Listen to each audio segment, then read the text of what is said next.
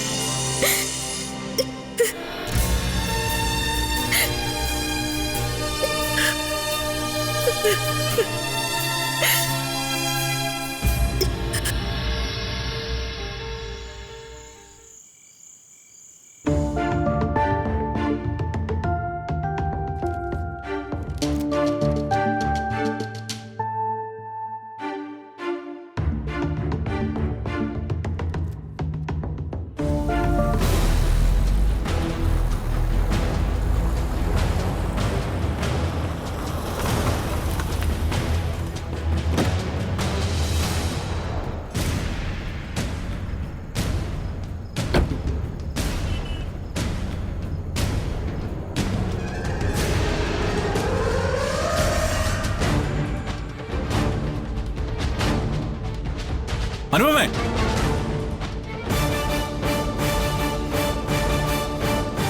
അനുപമേ,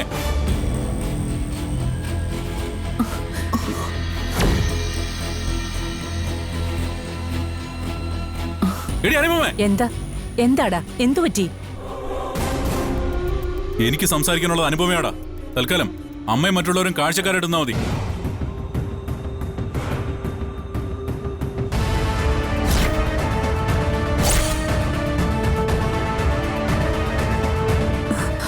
എന്താ അഭി?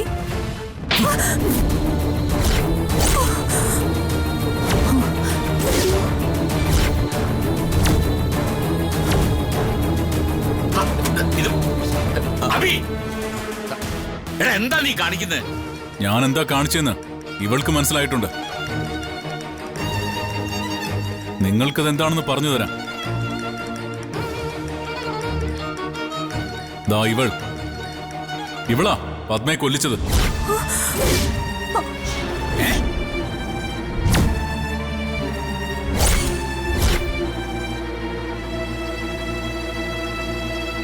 ഇവളിവിടെ കയറി വന്നത് എന്റെ ഭാര്യയാണെന്ന് അവകാശം പറഞ്ഞ. പക്ഷേ പിന്നീട് അഡ്വക്കേറ്റ് രാഘവൻ ഉണ്ണിയുടെ ക്രിമിനൽ മാനിപ്പുലേറ്ററായി.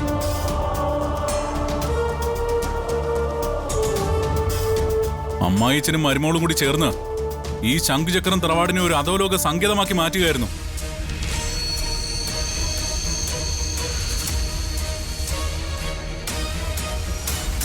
ഇത്രയും നാളും ആസൂത്രണം മാത്രമാണ് നടന്നിരുന്നേ. ഇപ്പതാ എക്സിക്യൂഷനുമായി.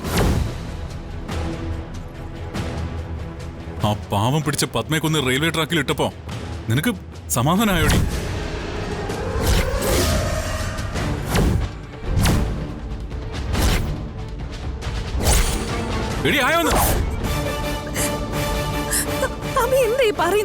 എനിക്കൊന്നും മനസ്സിലാവുന്നില്ല. മനസ്സിലായില്ലേ? ഒരു കൊലപാതകം ചെയ്തിട്ടൊന്നും ന്യായം പറയുന്നോടി. നിന്നെ ഇന്ന് ഞാൻ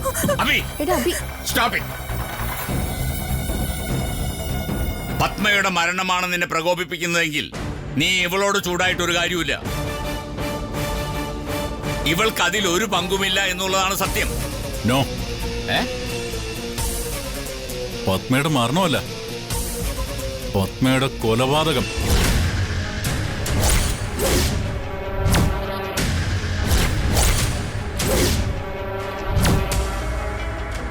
കൊലപാതകോ? അതെ, പത്മയെ കൊന്നതാ ഇവൾ.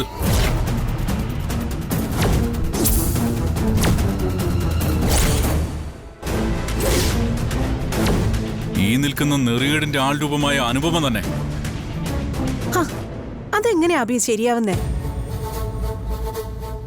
വല്യേട്ടൻ വന്ന് പറയുമ്പോഴാ പത്മ കൊല്ലപ്പെട്ട കാര്യം ഞങ്ങൾ അറിയുന്നത് തന്നെ. അന്നേരം അനുപമ ഈ വീട്ടിൽ പോലും ഇല്ലായിരുന്നു.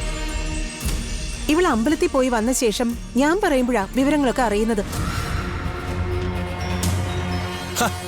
എന്ന് വെച്ചാ കൃത്യം നടത്തുകയോ നടത്തിക്കുകയോ ചെയ്യുന്ന ആൾക്കാര് അത് മറ്റുള്ളവർ അറിയുന്ന നിമിഷം അവിടെ സന്നിഹിതരാവണമെന്ന് നിർബന്ധമൊന്നുമില്ല.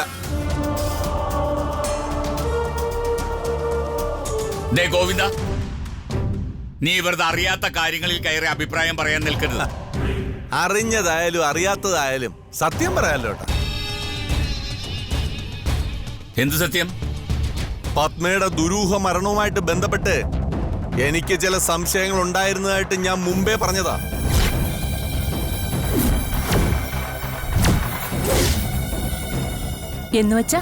എന്നുവെച്ചാ എനിക്ക് ഈ വീട്ടിൽ ആരെയും വിശ്വാസമില്ല എന്നർത്ഥം. ആരെയും.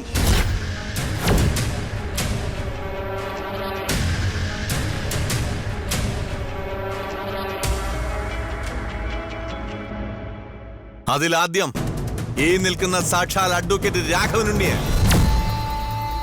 എന്റെ സ്വന്തം ഏട്ടനെ.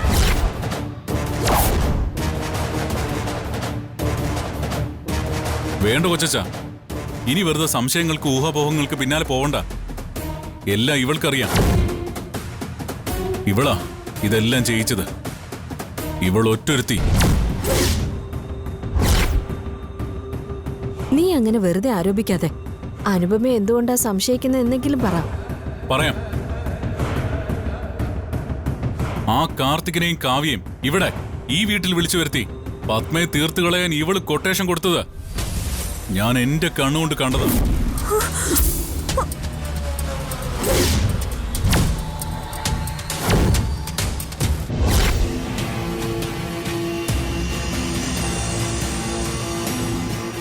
നേരിട്ടുള്ള അനുഭവ. ഇല്ലില്ല, എനിക്കൊന്നും അറിയില്ല. അവൻ അറിയാത്ത കാര്യങ്ങളാ പറയുന്നത്. അവരിവിടെ വന്നു എന്നുള്ളത് നേരാ. കാവ്യായിട്ടുള്ള അർജുന്റെ വിവാഹം സ്മൂത്ത് ആയിട്ട് നടക്കണമെങ്കിൽ ചില പ്രിക്കോഷൻസ് എടുക്കണമെന്ന് ഞാൻ അവരോട് പറഞ്ഞിരുന്നു. ഐ മീൻ, അർജുൻ എന്തെങ്കിലും അതിബുദ്ധി കാണിക്കാൻ സാധ്യതയുണ്ട്. ഒന്ന് കരുതിയിരിക്കണമെന്ന് മാത്രം. അല്ലാതെ അഭി പറയും പോലെ പത്മയെ കൊല്ലാനുള്ള ഒരു ഗൂഢാലോചനയും ഞാൻ നടത്തിയിട്ടില്ല. പ്ലീസ്, ഞാൻ പറയുന്നത് നിങ്ങൾ എല്ലാരും ഒന്ന് വിശ്വസിക്കണം. ചെയ്യാൻ പാടില്ലാത്തൊക്കെ ചെയ്തു കൂട്ടിയിട്ട് നിന്ന് ഉരുണ്ട് കളിക്കുന്നു.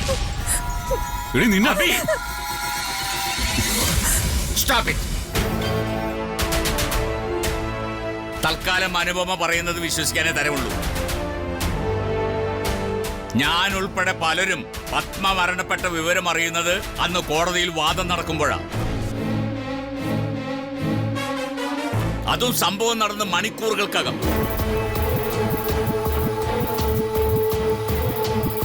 വിവരം സ്പെഷ്യൽ മെസ്സഞ്ചർ വഴി കോടതിയെ അറിയിക്കുകയായിരുന്നു.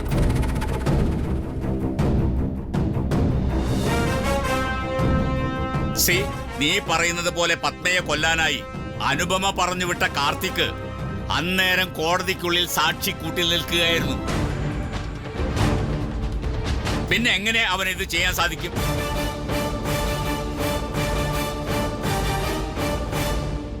നേരത്തെ കൊന്നുകൊണ്ടുപോയി റെയിൽവേ ട്രാക്കിൽ ഇട്ടിട്ട് കൃത്യം നടന്നത് പ്രതി സാക്ഷിക്കൂട്ടി എന്ന സമയത്താണെന്ന് വരുത്തി തീർക്കാൻ ആളുണ്ടെങ്കിൽ ഇവിടെ എന്ത് നടക്കും? എന്താ നടക്കില്ലേ ഏട്ടാ? ഗോവിന്ദ, മതി. നീ എന്താ വല്ല സിനിമാ കഥ പറയാണോ? ഇവിടെ വലിയൊരു തിരക്കഥയൊക്കെ ഉണ്ടാക്കി കൊണ്ടുവന്നിട്ട്. മാത്രമല്ല, നിന്റെ ലീഗൽ ഒപ്പീനിയൻ ഇവിടെ ആരെങ്കിലും ചോദിച്ചോ? ആയിക്കോട്ടെ. അച്ഛൻ പറഞ്ഞതുപോലെ എല്ലാം നിങ്ങൾ അറിയുന്നത് കോടതിയിൽ കേസ് നടക്കുന്ന സമയത്താണെന്ന് തന്നെ ഇരിക്കട്ടെ. പക്ഷേ എങ്ങനെ ഈ കേസ് ഉണ്ടായത്? അബി, അതൊക്കെ ഇനി എന്തിനാ വീണ്ടും കുത്തിപ്പൊക്കുന്നത്? കഴിഞ്ഞത് കഴിഞ്ഞില്ലേ? ഇല്ല, ഒന്നും കഴിഞ്ഞിട്ടില്ല.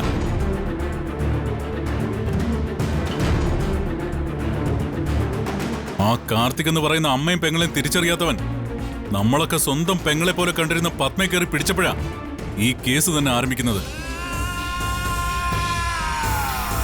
ആ നീരയ്ക്കൊപ്പം നിൽക്കാതെ എന്റെ പുന്നാരച്ഛൻ വേട്ടക്കാരനായ കാർത്തികിന് വേണ്ടി നിന്നു.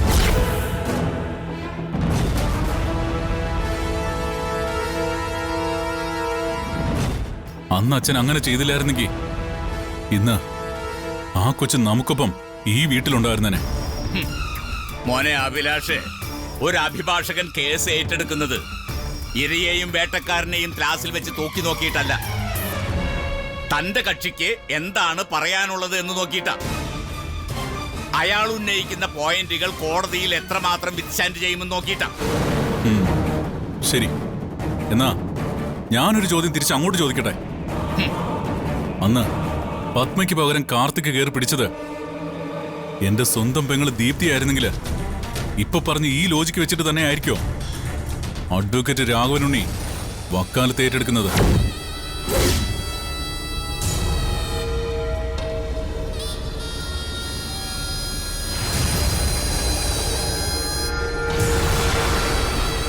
അതോ നീതിയുടെയും ന്യായത്തിന്റെയും ത്രാസിൽ വെച്ച് തൂക്കി നോക്കിയിട്ട് വക്കാലത്ത് ഏറ്റെടുക്കോ?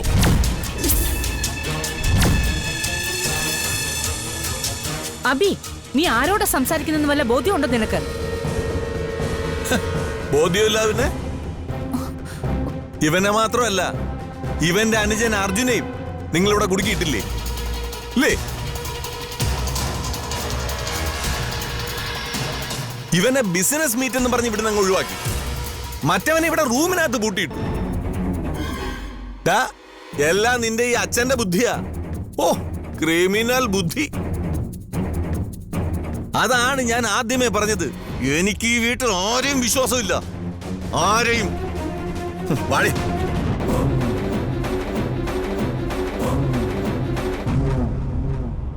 പത്മ ഈ വീട്ടിലെ പെണ്ണായിരുന്നു.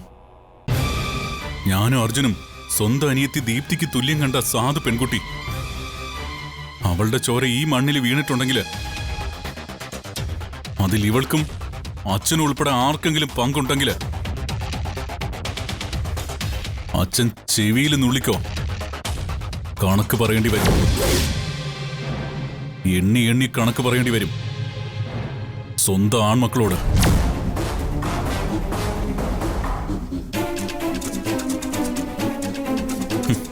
മാറിക്കിടേ കൂടെ.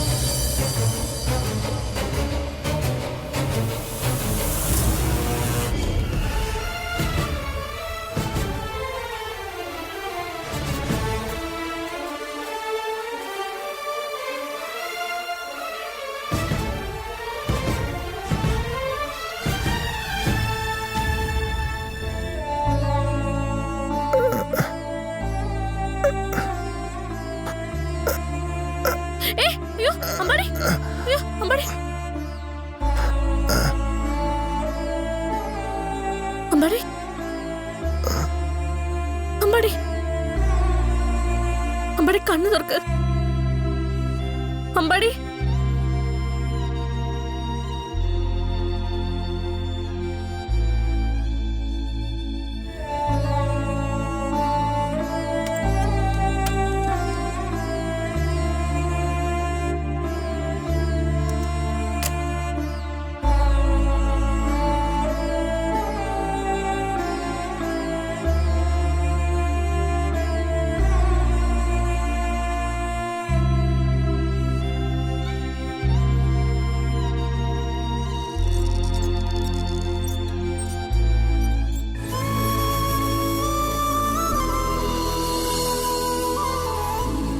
സാർ കഴിച്ചായിരുന്നോ? ഇല്ല, കഴിക്കണം.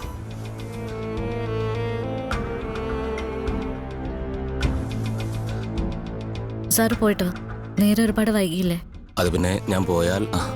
സാർ ധൈര്യമായിട്ട് ചെല്ല്, ഞങ്ങളില്ലേ ഇവിടെ. ഇപ്പോ പേടിക്കാൻ വേണ്ടി പ്രശ്നങ്ങളൊന്നുമില്ലല്ലോ. ശരി, ഒരു 10 മിനിറ്റ്. ശരി.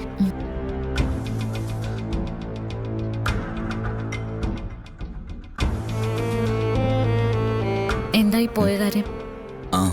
തൽക്കാലം ഒരു കള്ളം പറഞ്ഞൊപ്പിച്ചു. അമ്പാടിയുടെ അമ്മയും പെങ്ങളും വിശ്വസിച്ചിട്ടുണ്ട്. അവരോട് എന്താ പറഞ്ഞ? കൃഷി ആവശ്യവുമായിട്ട് ബന്ധപ്പെട്ട് അമ്പാടിയെ ആന്ധ്രയിലെ നെല്ലൂരിലേക്ക് വിട്ടിരിക്കുകയാണെന്ന് പറഞ്ഞു. വരാൻ 2-3 ദിവസം കഴിയുമെന്നും പറഞ്ഞു. പാവം, രണ്ടാളും വിശ്വസിച്ചു. ജലജേച്ചിയുടെ ഭർത്താവ് അവിടെ ഇല്ലേ? അറിയില്ല, ഞാൻ അവിടെ അധികം നേരം നിന്നില്ല. പോയി കാര്യം പറഞ്ഞ് നൈസായിട്ട് ഇങ്ങ് സ്കൂട്ടായി.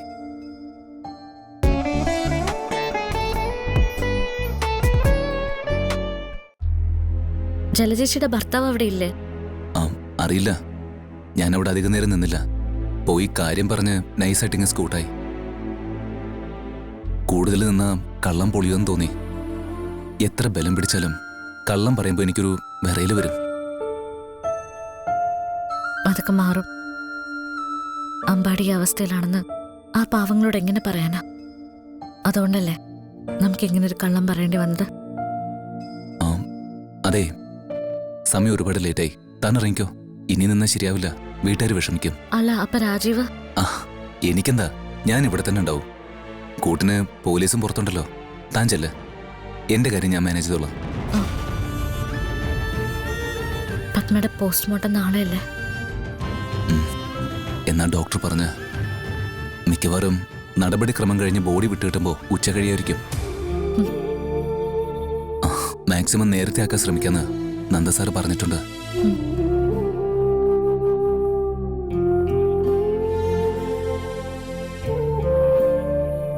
ആ അഞ്ജലി, ഒരു ഡൗട്ട്. ഈ പോസ്റ്റ്മോർട്ടം കഴിഞ്ഞ് ബോഡി റിസീവ് ചെയ്യാൻ പത്മയുടെ ബന്ധുക്കളാരെങ്കിലും വരേണ്ടതല്ലേ? ആ അവൾക്ക് ഇടുക്കിയില് രാജകുമാരി എന്ന് പറയുന്ന ഒരു സ്ഥലത്തൊരു ബന്ധമുണ്ട്. ഒരച്ഛൻ പെങ്ങള്, കുഞ്ഞിന്നോ മറ്റോ ആണ് അവരുടെ പേര്. അവരിപ്പോ ഒരു അനാഥാലയത്തിലാ. ഓ അല്ല, അത് തനിക്കെങ്ങനെ അറിയാം?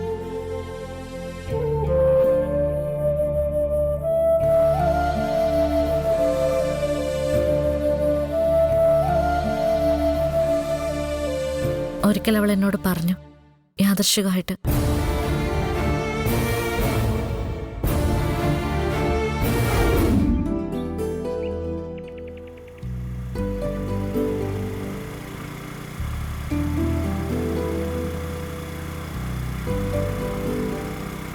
ചേച്ചി ചേച്ചി ഇവിടെ നിർത്തണേ, ഒന്ന് നിർത്തിയേ. എന്താ എന്താ പത്മേ, എന്താ പറ്റി? എന്തേലും കയ്യിൽ നിന്ന് പോയോ? ഏയ് ഒന്നും പോയതല്ല, ഞാനൊരു കാര്യം വിട്ടുപോയി, അതാ. എന്ത് കാര്യം? അമ്മ പറഞ്ഞു വിട്ടതെല്ലാം നമ്മൾ വാങ്ങിച്ചാണല്ലോ. അയ്യോ അതല്ല, എനിക്ക് പോസ്റ്റ് ഓഫീസിൽ ഒന്ന് കയറണമായിരുന്നു. എന്തു പറ്റി?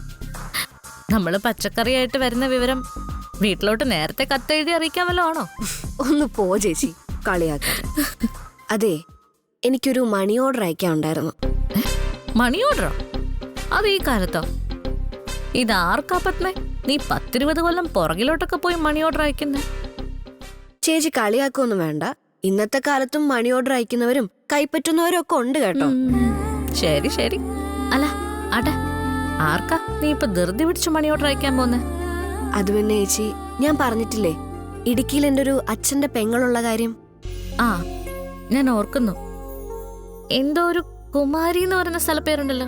ആ എന്താ അത്? രാജകുമാരി. ആ രാജകുമാരി. അവിടെയുള്ള അടുത്തൊരു ബന്ധു, പത്മയുടെ അച്ഛന്റെ പെങ്ങള്. ആ അതെ ചേച്ചി. ആ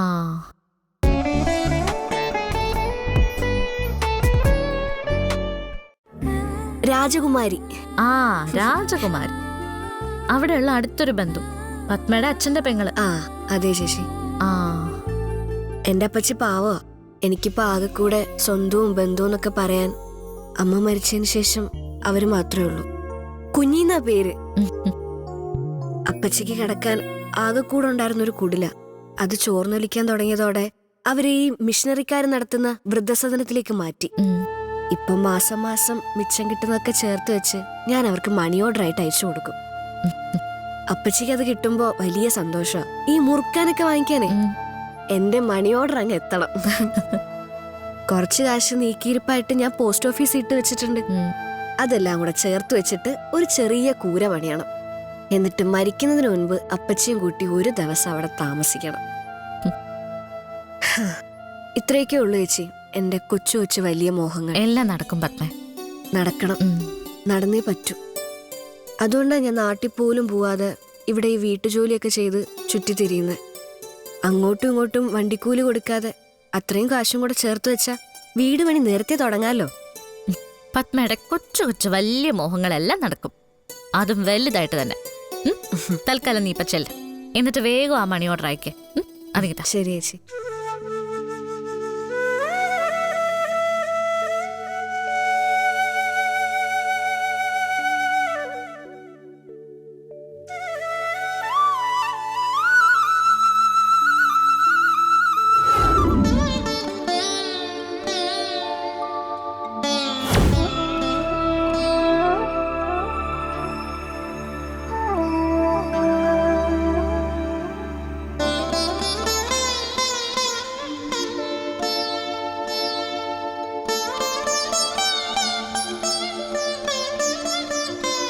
ഏയ് അഞ്ജലി, താനിങ്ങനെ ഇമോഷണൽ ആവാതെ.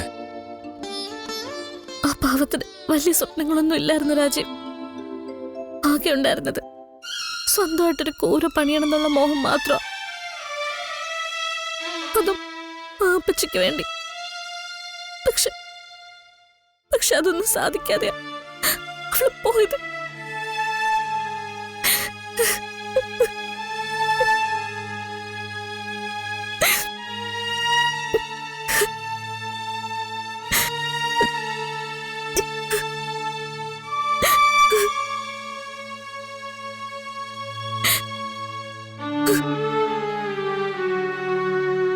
ഏയ് പ്ലീസ്, താനിങ്ങനെ കൺട്രോൾ വിടാതെ. തന്റെ ധൈര്യത്തില ഞാനിങ്ങനെ പിടിച്ചേക്കുന്ന. അപ്പൊ പിന്നെ താനിങ്ങനെ വിങ്ങുപൊട്ടിയ ഞാനും പതറിപ്പോവും.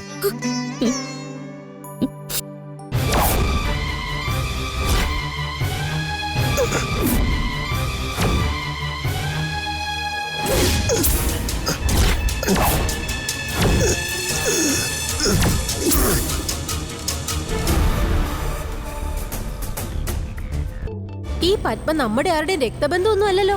എവിടുന്നോ കയറി വന്ന ഒരു വേലക്കാരി പെണ്ണ്. ആ വേലക്കാരി അമ്മയ്ക്ക് ആരും അല്ലായിരിക്കും. പക്ഷെ എനിക്കും അഞ്ജലിക്കും അവള് സ്വന്തം അനിയത്തെ പോലെയാ. നീ അല്ലടി ആ പത്മയെ കൊല്ലിച്ചത്? പത്മയെ ഞാൻ കൊല്ലിച്ചെന്നോ? ഇത് നിങ്ങളോട് ആരാ പറഞ്ഞേ?